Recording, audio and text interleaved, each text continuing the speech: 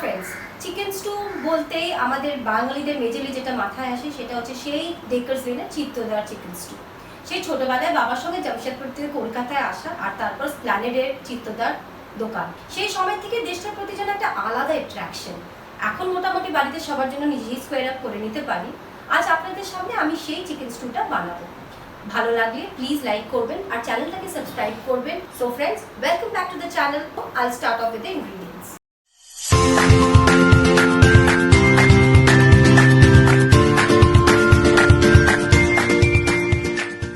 যে ইনগ্রিডিয়েন্টসগুলো লাগবে আমার চিকেন স্টু, তো প্রাইমারিলি আমার চিকেন লাগবে। এখানে আমি 400 গ্রাম মতন চিকেন নিয়ে নিয়েছি। তার সাথে ডাইস করা পটেটোস, ডাইস করা কাঁচা পেঁপে, বিনস, বড় বড় করে কাটা বিনস, আবার সেই একই রকমভাবে একটু বড় করে কাটা গাজর, পেঁয়াজ, রসুন কুচি, গোটা গরম মশলা আর গোলমরিচগুলো। এই ডিশটা আমি এখানে বাটারে বানাচ্ছি। আজকাল আমরা সবাই একটু ফ্যাট ফ্রি জিনিসপত্র খেতে ভালোবাসি, তো আমরা এটাকে অলিভ অয়েলেও প্রিপেয়ার করতে পারি। যেরকম আমি বললাম, আমরা এটাতে অলিভ অয়েল দিয়েও করতে পারি, নর্মাল হোয়াইট অয়েল দিয়েও করা যায়।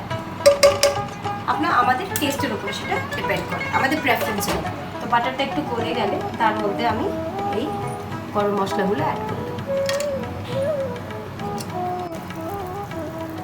গরম মশলাটা অ্যাড করার পর এর মধ্যে আমি এই কুচনো রসুন কুচনোগুলো অ্যাড করে দেবো। ফ্লেমটাকে একটু লোয়ে রাখবো যাতে আমার এই যে রসুন কুচি আর গরম মশলাটা বার্ন আউট না হয়ে যায়। তারপর আমি পেঁয়াজটা অ্যাড করে দেবো। স্টু বলে আমি বাকি ভেজিটেবলসগুলো আমাদের একটু বড় বড় করেই কাটতে হয় যাতে ভেজিটেবলসগুলো ভিজিবল থাকে, তাই আমি পেঁয়াজটাও একটু বড় বড় করেই কেটেছি। পেঁয়াজগুলো একটু ভাজা ভাজা হয়ে গেলে এবার চিকেনটা আমি এর মধ্যে অ্যাড করব।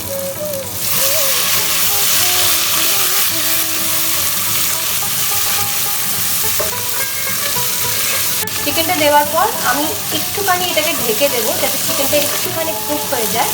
চিকেন নিজের থেকেই একটা জল ছাড়বে, ওই জলে চিকেনটা কুক হয়ে যাবে। তারপর আমি বাকি ভেজিটেবলসগুলো এক এক করে অ্যাড করে দেবো। এমনি কভার করে দিলাম আর ফ্লেমটাকে লো করে দেবো। তো এবার 5 মিনিটস মতন হয়ে গেছে। এবার আমি এক এক করে বাকি ভেজিটেবলসগুলো অ্যাড করি। ক্যারেটস, গাজর, আলু, কাঁচা পেঁপে আর বিনস।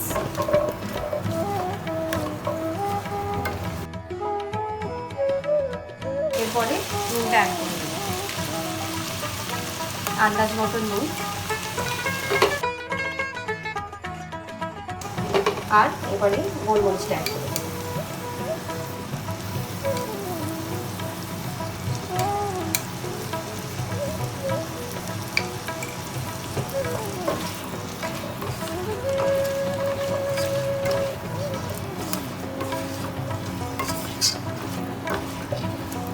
চাইলে গোলমরিচটার পরিমাণটা একটু কমও করতে পারেন। যদি বাড়িতে ধরুন বাচ্চা খাবে বা বয়স্ক লোকেরা খাবে, তাহলে গোলমরিচের মাত্রাটা বা পেপারের মাত্রাটা অ্যাকর্ডিংলি অ্যাডজাস্ট করে নেওয়া যায়।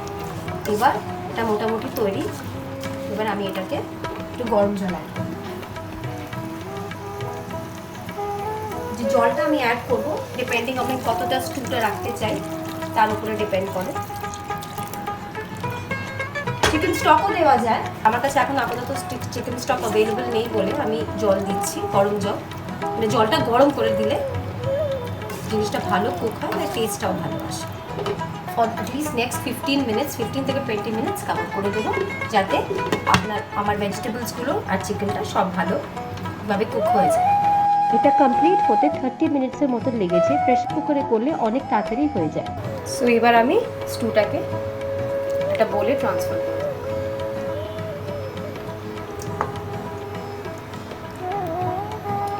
স্মেল ইজ অ্যামেজিং, আমি আগেই বলেছিলাম অ্যারোমাটা দারুণ আসছে। তো ফ্রেন্ডস, দেখলে কেমন সহজে বানিয়ে ফেললাম চিকেন স্টু একেবারে বাড়িতে বসে। যা যা প্রয়োজন সবকিছু কিচেনেই থাকে আমাদের সবার। তাহলে বানিয়ে ফেলো একদিন সময় করে আর চমকে দাও বাড়ির লোকজনকে। ভিডিওটা ভালো লেগে থাকলে একটা লাইক করে দিও আর কমেন্ট করে অবশ্যই জানিও তোমাদের ফিডব্যাক। আজ এতটুকুই, আবার দেখা হবে পরের ব্লগে কোনো এক ইন্টারেস্টিং রেসিপি নিয়ে। ততক্ষণের জন্য টাটা।